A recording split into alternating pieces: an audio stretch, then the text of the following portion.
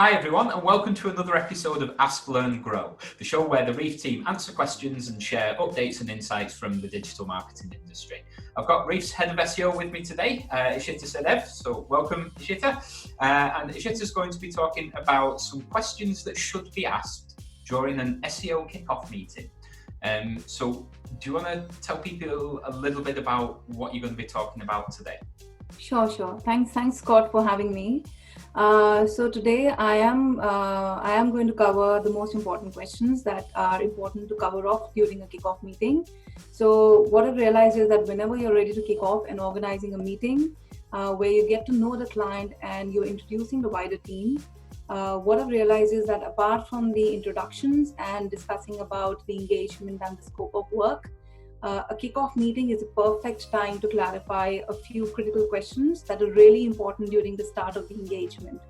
So in my opinion, this will not only help in creating an SEO strategy that is more aligned with the business and marketing goals in mind, but also it will give you a background about what has worked, what hasn't worked, and what can be improved. And at the same time, it will also ensure that both the SEO team and the client are on the same page when it comes to the expected next steps and the outcomes. So a lot can be covered during a kickoff meeting, but being cautious of the time, it's like today I am only going to focus and share a list of critical questions that can be added to any existing kickoff meeting. Okay, sounds interesting. So how about we start with the brand then? So what are some of the key questions to be asked about the brand when you're in an SEO kickoff meeting?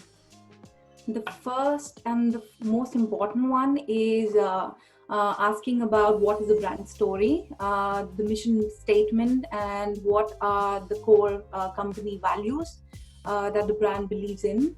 So it's always good to hear the client's version of the brand story. That's where you can just prompt that.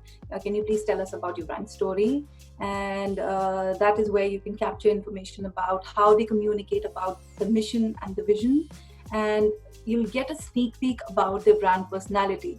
It's always good to prompt with this question and start off the kickoff meeting with this question. And it gets the client to open up about the brand personality, and you get to learn about the brand.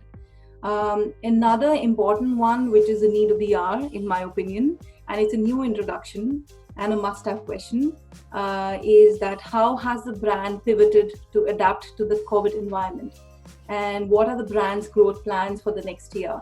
So this question is really important because this is going to quickly reveal that how the business or the industry was impacted and what has worked, what hasn't worked, what was stopped, like which marketing campaigns were stopped, and how the brand has got any long-term vision, whether the brand has got a long-term vision for the future or not. This will also help us to adapt our own SEO strategy, factoring in any industry impact.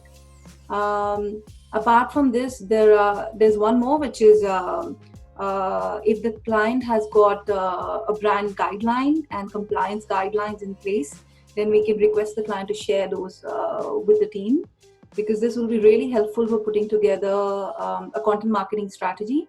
And that is where I also strongly feel that when we are clear about the compliance process, be it in regards to any approvals, and if we need to factor in any additional edit time that might be required, and there are different stakeholders that needs to be factored in, it's always good to know that beforehand rather than when we are at that stage.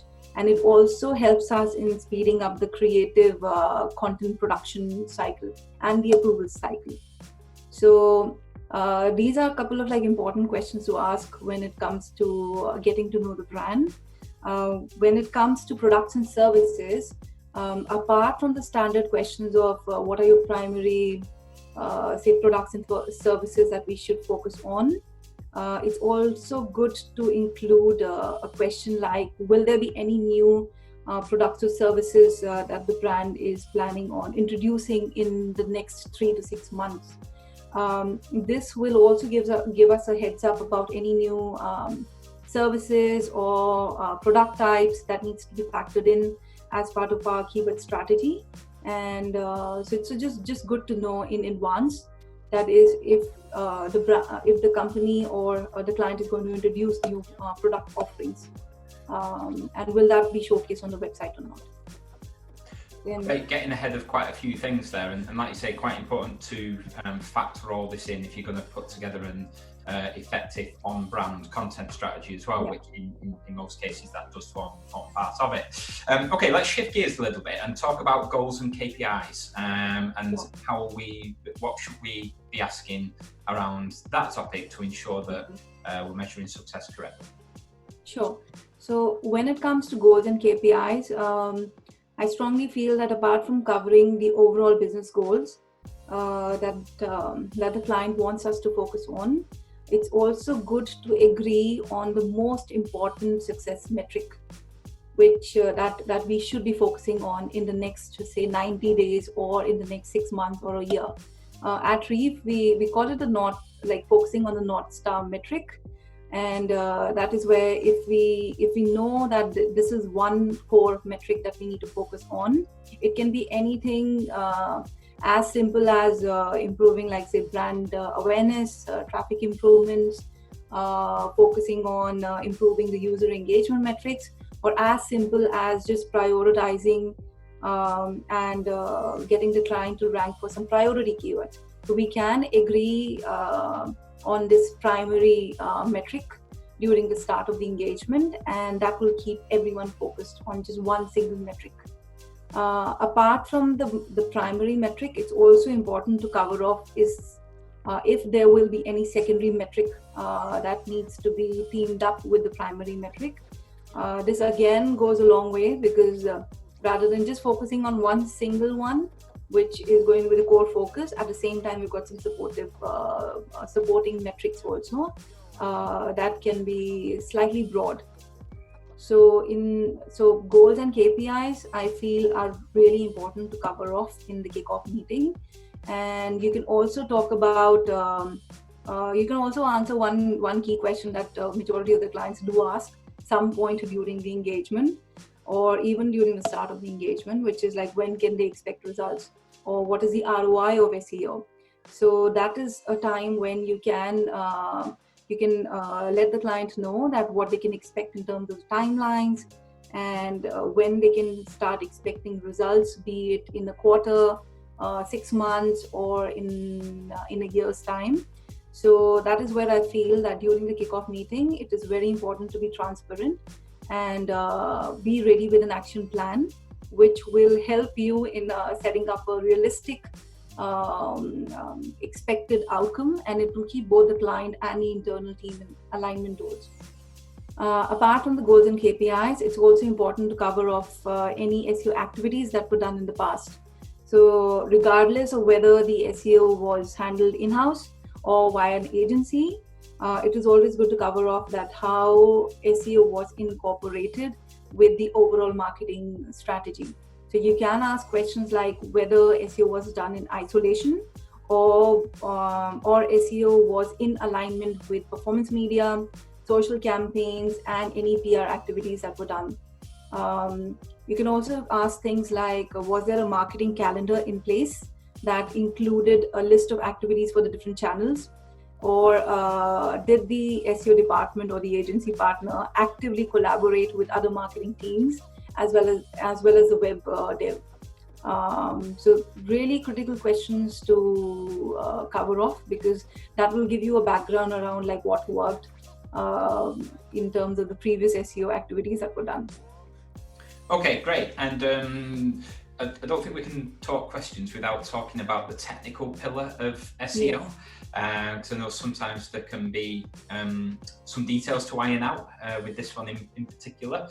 So what would you say is important to know when asking about the technical side of things at the kickoff of a new SEO engagement?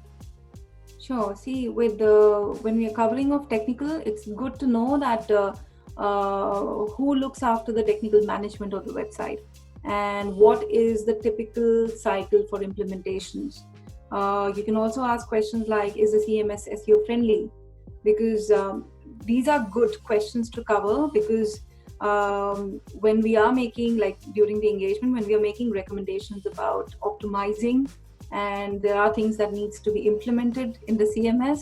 If the CMS is not SEO friendly, then we need to know that in advance, because unless things are not implemented in the CMS, you can't expect results. So it's good to clarify that question during the start of the engagement itself. You can also check with the client that if they have any current pain points regarding the website. So that could be things like, are their pages that are hard-coded? Is there a complicated CMS that we will be dealing with? Will there be a staging versus live site environment that we need to factor in? Another important one is, which I always ask all my clients, is that are there any plans of a site migration in the near future? So these could be things like whether the client has got a rebranding exercise in mind in the next quarter. Are they switching CMSs, or a new platform needs to be introduced? Or if they are planning on restructuring the entire website, like redirects will have to be factored in that scenario.